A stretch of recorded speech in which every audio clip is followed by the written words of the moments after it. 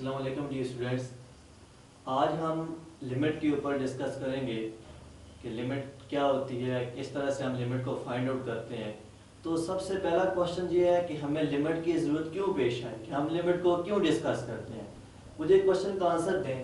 For example अगर आपके पास एक फंक्शन हो f of x equal to x square minus one divide by x minus one, और आपसे कहा जाए कि आप x इक्वल टू 1 के ऊपर इसका आंसर बताएं कि क्या होगा, तो आप कैसे फाइंड करेंगे। सिंपल काम है, आप इधर पुट करते हैं 1, f ऑफ 1 इक्वल टू इधर पुट करते 1 का square minus 1 divide bye 1 minus 1। इसको सॉल्व करने 1 का स्क्वायर 1 आएगा, 1 माइनस 1 तो आपके पास 0/0 की फॉर्म बनेगी।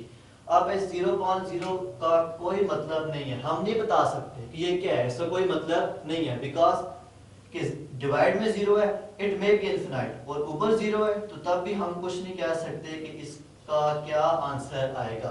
तो इट्स मीन दैट कि जब आप इस फंक्शन का आंसर x इक्वल टू 1 के ऊपर फाइंड कर रहे हैं तो हमें इसका कोई सोल्यूशन नहीं मिल रहा, इसका कोई आंसर नहीं मिल रहा। तो क्या कोई ऐसा मैथमेटिकल मेथड हो सकता है कि जब x 1 की तरफ जा रहा हो तो हम ये बता सकें कि f ऑफ x की वैल्यू किसकी तरफ जाएगी। हम लेट करते हैं कि x इक्वल टू 0.1, क्योंकि हमें x इक्वल टू 1 के ऊपर कोई आंसर नहीं मिल रहा। तो हमने क्या किया, हमने स्टार्ट किया x इक्वल टू 0.1। हम x इक्वल टू 0.1 पे चेक करते हैं कि f ऑफ x का बिहेवियर क्या होगा। तो हमने पुट किया इधर x 0.1, फंक्शन में पुट कर दें x को 0.1 x जगह पुट कर दें 0.1 का whole square minus 1 divide by 0.1 minus 1। तो इस फंक्शन में हमने x को 0.1, जिधर जिधर x आ रहा था उधर उधर हमने फंक्शन में 0.1 को पुट कर दिया। अब 0.1 का स्केल लेंगे, 0.01 आएगा, 0.01 माइनस 1 डिवाइड बाय 0.1 माइनस 1 तो माइनस 0.9। इसको सॉल्व कर लें आप तो माइनस 0.99 डिवाइड बाय 0.9 कैंसर। अगर इसको सॉल्व करेंगे तो आपके पास आंसर 1.09 आएगा। अब हम पुट करते हैं फंक्शन में x इक्वल टू 0.2। जब 0.2 पुट करेंगे 0.2 का square minus 1 divide bye 0.2 minus 1, 0.2 का स्क्वायर फाइंड करेंगे 0.04 minus 1 divide bye 0.2 minus 1 minus 0.8। इसको थोड़ा सॉल्व कर लें आप तो minus 0.96 divide by minus 0.8 cancel कर दें, दोनों को डिवाइड कर दें तो आपके पास आंसर 1.2 आएगा। अब हम फंक्शन में पुट करते हैं x को इक्वल टू 0.4 तो x इक्वल टू 0.4 का square minus 1 divide bye 0.4 minus 1, 0.4 का स्क्वायर 0.16 माइनस 1, 0.4 माइनस 1 तो माइनस 0.6। हम ये काम क्यों कर रहे हैं कि जब हमने फंक्शन में x को पुट किया 1 तो हमें उसका कोई आंसर नहीं मिला। अब हम ये चेक कर रहे हैं कि जब हम फंक्शन को किसी खास वैल्यू से 1 की तरफ लेके जा रहे हैं, x की किसी खास वैल्यू को 1 की तरफ लेके जा रहे हैं तो f ऑफ x की वैल्यू किसकी तरफ जाएगी।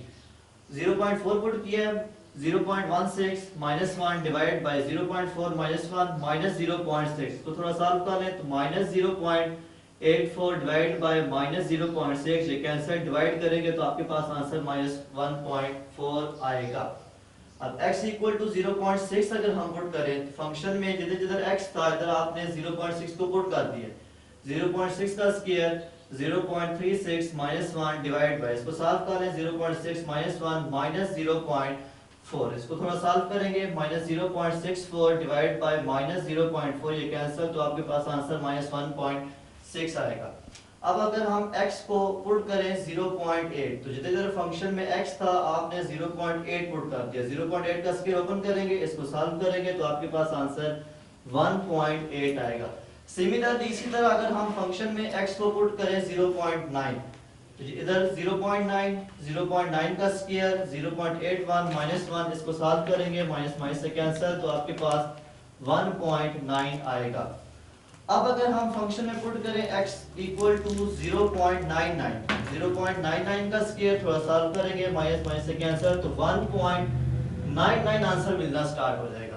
तो हमने जब x इक्वल टू 1 पुट किया तो हमें इसका कोई आंसर नहीं मिला, लेकिन जब हमने फंक्शन को स्टार्ट किया x इक्वल टू 0.1 से और लेकर गए x इक्वल टू 0.99 तक, x इक्वल टू 0.1 से स्टार्ट किया, x इक्वल टू 0.99 तक लेकर गए, तो हमें फंक्शन की वैल्यू मिलना स्टार्ट होगी 1.01 से 1.99 तक। अगर हम इसको मजीद करीब कर दें, x इक्वल टू 0.9999 कर दें, तो आपके पास जो आंसर आएगा वो 1.99999 आएगा। तो इट्स मीन दैट अगर व्हेन जब आप x की वैल्यू को लेके जा रहे हैं 1 की तरफ, एग्जैक्टली 1 नहीं है, 1 की तरफ अप्रोच करा रहे हैं, तो f ऑफ x की वैल्यू आपके पास 2 की तरफ जाएगी। कि 1 पे अगर आंसर नहीं मिला तो हमने एक खास वैल्यू से x को 1 की तरफ अप्रोच करना स्टार्ट कर दिया, तो f ऑफ x की वैल्यू आपके पास 2 की तरफ जा रही है। तो जब हमने फंक्शन को स्टडी किया तो हमें कुछ ऐसे फंक्शन मिलना स्टार्ट हो गए जिसपे हम x की कोई खास वैल्यू पुट करें तो आपको कोई आंसर खास नहीं मिलता, आपके पास इनडिटरमिनेट फॉर्म आना स्टार्ट हो गई है कि 0 बाय 0 आ सकते हैं, plus minus infinity by infinity आ सकते हैं। ये दो इंपॉर्टेंट है, ये दो ज्यादा फॉर्म रिपीट होगी। इंफिनिटी माइनस इंफिनिटी हो सकता है, 0 मल्टीप्लाई इंफिनिटी, 0 की पावर 0, 1 की पावर इंफिनिटी, इंफिनिटी की पावर 0। जब भी ये सारी की सारी फॉर्म्स आना स्टार्ट हो जाए तो हम फंक्शन की वैल्यू पे कुछ नहीं कह सकते कि फंक्शन की वैल्यू क्या होगी। तो फिर हमने क्या किया, हमने उस एक खास वैल्यू से उसकी तरफ अप्रोच करना स्टार्ट कर दिया कि जब हमने x इक्वल टू 1 की तरफ वैल्यू को लेके जा रहे हैं तो फंक्शन की वैल्यू भी 1.09 से 2 की तरफ जा रही है। अगर हम इस x इक्वल टू 1 पे इस फंक्शन की लिमिट निकालें तो फिर क्या आंसर आएगा, limit x equal to 1x square minus 1 divide by x minus 1 equal to 2। और यहाँ ये बात माइंड में रखिएगा, ये एग्जैक्टली 2 नहीं आएगा बल्कि 2 के कोई करीब तरीन आंसर आएगा।